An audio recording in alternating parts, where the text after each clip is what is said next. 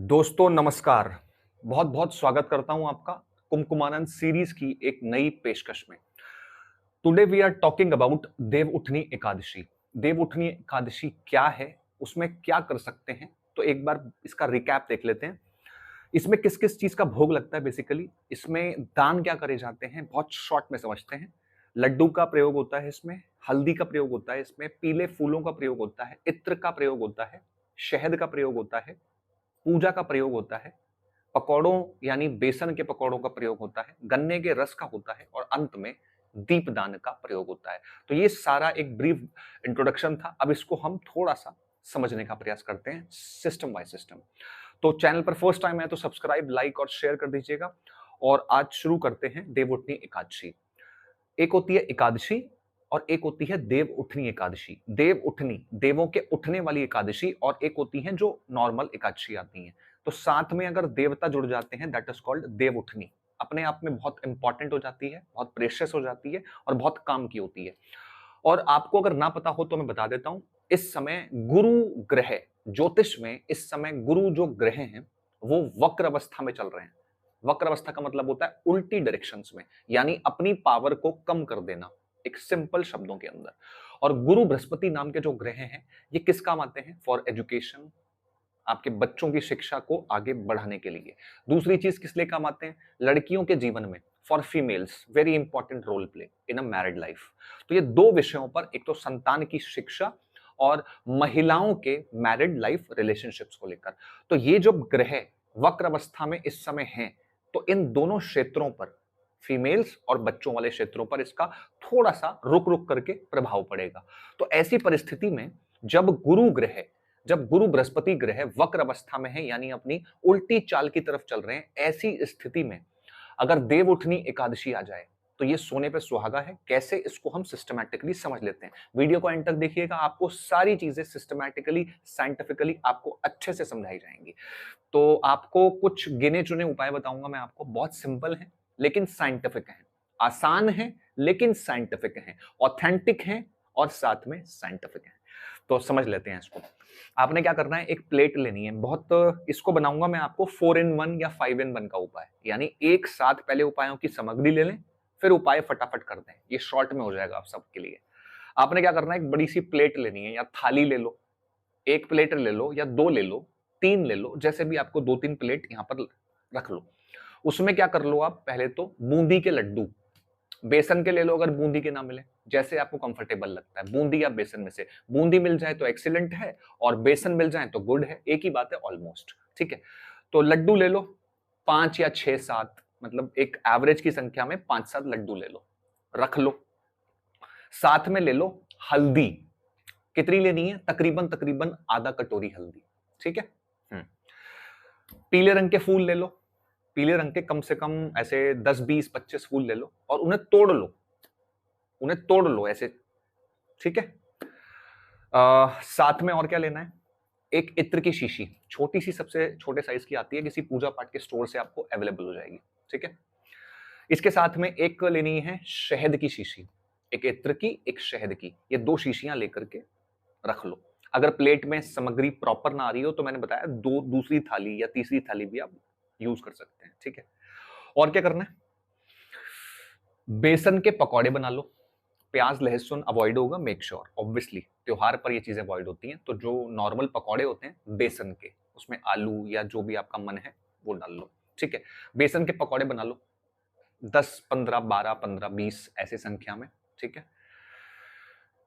थोड़ा सा गन्ने का रस ले लो, 1 गिलास ले लो, आधा गिलास ले लो। साथ में हल्दी का जल, 1 गिलास में जल डाल के थोड़ी सी हल्दी, बिल्कुल थोड़ा सा जल लेना है और थोड़ी सी हल्दी लेनी है, इसका ध्यान रखना है, ठीक है। तो ये सारे आपको फैक्टर्स लेने हैं। और हाँ, एक चीज और, एक थाली आपको एक्स्ट्रा और लेनी पड़ेगी जिसमें आपको 5 या 7 दीपक डालने पड़ेंगे। एक थाली में 5-7 दीपक डालने पड़ेंगे, उनमें तिल का तेल डालना पड़ेगा। अगर गाय का देसी घी है तो एक्सीलेंट, नहीं तो फिर आप अपना ये ले सकते हैं, तिल का तेल, ठीक है। उसमें लगेंगी बत्तियां, 5 या 7 ले लो। तो ये सारी चीजें आपने इकट्ठी कर ली। अब आपको क्या करना है, देवउठनी एकादशी 12 नवंबर, 12 नवंबर 2024, ठीक है। अब देवउठनी एकादशी पर हम बहुत सारी लोगों की बातें सुनते हैं, लेकिन हम एक एक बहुत अच्छे तरीके से आपको इस वीडियो में सिस्टमैटिकली बता रहे हैं। आपको पहले 2-3 थालियाँ लेनी है और ये जो सामग्री बताई है इसको इकट्ठी कर लेनी है।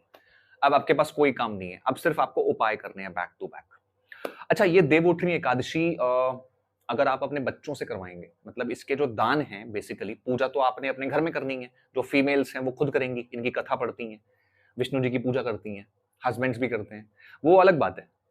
बेसिकली इस बार जो 2024 में देवउठनी एकादशी है वो आप अपने बच्चों से करवाएं। टीनेज बच्चे, यूथ बच्चे, युवा बच्चे, बेसिकली अडल्ट बच्चे। क्यों? अभी मैंने आपको थोड़ी देर पहले बताया था कि जो गुरु बृहस्पति हैं वक्र अवस्था में चल रहे हैं फेब्रुअरी तक। फेब्रुअरी 2025 तक जो गुरु बृहस्पति ग्रह हैं वो उल्टी डायरेक्शन में चल रहे हैं। यानी जब वो उल्टी डायरेक्शन में चलेंगे तो उनकी पावर लैप्स हो जाएगी, यानी कम हो जाएगी, जिससे बच्चों का कंसंट्रेशन टुवर्ड्स स्टडीज, स्टडी के प्रति उनका कंसंट्रेशन ब्रेक होगा। क्योंकि जो शिक्षा है वो गुरु बृहस्पति यानी ज्ञान से पैदा होती है। महिलाओं के शादीशुदा जीवन में, क्योंकि Guru Brihaspati is also connected to marital life for a women, एक महिला के लिए, तो ये भी जुड़ा होता है। तो इसलिए ये उपाय आप जितने भी देवउठनी एकादशी के मैं बता रहा हूं ये आप करवाएं बच्चों से ज्यादा। आप भी करें, कोई प्रॉब्लम नहीं है, लेकिन अपने बच्चों का भी इसमें हाथ लगवाएं उनके हाथ से, क्योंकि इसमें अलग अलग उपाय हैं। अब मैं आपको सिस्टमेटिकली बताता चल रहा हूं। इसमें गाय का उपाय है, पीपल का उपाय है, मंदिरों में जो पेड़ लगे होते हैं उनका उपाय है, मंदिर में विष्णु जी की जो प्रतिमा है लक्ष्मी जी के साथ में उसके उपाय। तो उपाय बहुत प्रकार के हैं, तो मिक्स करें, बच्चों के हाथ से करवा लें, हस्बैंड के हाथ से, आप खुद महिलाएं खुद स्वयं करें। महिलाओं के लिए तो ऑब्वियसली बहुत इंपॉर्टेंट होता है ये दिन, बच्चों से और हस्बैंड से भी कराएं। अब कैसे कराना है और कहां कहां पर ये सब सामग्री को आपने अर्पित करना है इसको समझा देता हूं। आप पेन पेपर लेकर सारी चीजें नोट कर लीजिएगा, आपको बहुत ईजी हो जाएगा। ठीक है, तो अभी तक मैंने आपको बताया कि क्या क्या सामग्री लेनी है। अब सामग्री का करना क्या है, that is the main question. जो लड्डू हैं वो आपको विष्णु जी को अर्पित करने हैं, जहां पर लक्ष्मी जी और विष्णु जी की मूर्ति स्थापित है मंदिर में। I am talking about the temple premises, घर में नहीं मंदिर में। ठीक है, तो विष्णु जी लक्ष्मी जी को लड्डू वहां पर अर्पित करना है। साथ में एक लड्डू पीपल पर करना है, people is very important on that day, people पर एक। इसके बाद गौशाला में एक कोई भी एक गाय माता हो उन्हें दे देना है। साथ में कोई कुत्ता है, उसे ब्लैक हो तो बहुत अच्छा है, नहीं तो कोई भी स्ट्रीट डॉग चलेगा, अपना कुत्ते को दे देना है। ठीक है, साथ में जो पक्षी होते हैं हमारे बर्ड्स होते हैं उनको दे दो। कौवा मिल जाए तो एक्सीलेंट, ना मिले तो कोई बात नहीं, कोई भी पक्षी। तो विष्णु जी को अर्पित हो गया लक्ष्मी जी के साथ, पीपल को हो गया, गौशाला में हो गया, कुत्ते को हो गया, और साथ में फाइनली बर्ड्स को हो गया, उसमें कौवा हो, पिजन्स हो, जो भी हो। ठीक है, ये लड्डू सबसे प्रिय चीज है विष्णु जी की। और पीली, basically yellow is connected to Devuthani Ekadashi. Devuthani Ekadashi से पीले रंग का बड़ा कनेक्शन है। ठीक है, मेक श्योर। तो ये आपका लड्डुओं का भाग कहां कहां आपने अर्पित करना है ये निकल गया। अब इसके बाद बारी आती है हल्दी। एक कटोरी में आपसे मैंने हल्दी रखवाई थी। ठीक है, मेक श्योर आधा कटोरी, जो आपको याद होगा। एक एक चम्मच लेनी है पीपल के पेड़ में। मंदिर जब जाएंगे, केले का पेड़ होगा ऑब्वियसली, उसमें कोई और पेड़ मिल जाए, मान लो शमी का मिल जाए उसमें, कोई तुलसी मिल जाए उसमें, तो जो भी 3 4 5 हमारे पूजा के पेड़ होते हैं, और जो थोड़ी सी बचेगी हल्दी वो अपने जो तुलसी माता है घर वाली उनमें लास्ट में। ठीक है, तो ये हल्दी की कटोरी वाला प्रयोग कंप्लीट। इत्र और शहद की शीशी लेनी है, एक छोटी सी इत्र की शीशी परफ्यूम की, और साथ में शहद यानी हनी, एक एक शीशी लेनी है। और उनको मां लक्ष्मी के, विष्णु जी लक्ष्मी जी के मंदिर में मां लक्ष्मी के चरणों में, क्योंकि उनका दिन है विष्णु जी का, और साथ में माता का, तुलसी माता का भी होता है, लेकिन मां लक्ष्मी जब साथ में विराजमान है, तो जैसे दीपावली पर उनकी पूजा होती है, दीपावली पर विष्णु जी की पूजा होती है लक्ष्मी जी के साथ, तो देवउठनी एकादशी पर विष्णु जी के साथ में मां लक्ष्मी। ठीक है, मेक श्योर। तो इस तरीके से हमको ध्यान रखना है। तो एक इत्र की शीशी और शहद की माता को अर्पित, हमारे जीवन में प्रेम और मिठास बड़ी रहे। ठीक है, इसका दुर्गा सप्तशती में भी जिक्र आता है, अगर आप उसको ध्यान से पढ़ते हैं तो जो हनी होता है, शहद, इसका सोमरस के रूप में इसका जिक्र आता है। तो ये हो गया। अब इसके बाद और क्या है, बेसन के पकौड़े जो मैंने बनवाए थे, आपको बताए थे, उनको सिंपल बनाना है, अच्छे से बनाना है, और वो आपने लोगों को दान कर देने हैं। मंदिर किनारे बच्चे बैठे हैं, सड़क किनारे बच्चे बैठे हैं, कुछ बच्चे पार्क में खेल रहे हैं, जरूरतमंद बच्चे हैं, कहीं पर उनके माँ बाप के साथ मजदूरी करके आ रहे हैं, तो उनको उनका पेट भरे, मतलब, और सामान भी येलो है, बेसन भी येलो है, और दिन देव उठनी का है, ठीक है। तो उनको जितने भी पकौड़े बनाए 2-2 करके अपना बांट दिए, ठीक है। फाइनली एक चीज और बहुत इंपॉर्टेंट, वेरी इंपॉर्टेंट, क्या करना है, मैंने थोड़ा सा गन्ने का रस और थोड़ा सा हल्दी का रस रखवाया था। आधा कटोरी हल्दी वो अलग था, 2 ग्लास छोटे छोटे या 2 कटोरियां छोटी छोटी जिसमें गन्ने का रस प्लस साथ में थोड़ा सा हल्दी का रस, मतलब जल के अंदर थोड़ी हल्दी मिला ली, ठीक है, वो रस बन गया। गन्ने का रस है ही, दोनों को मिला दो, मिक्स है।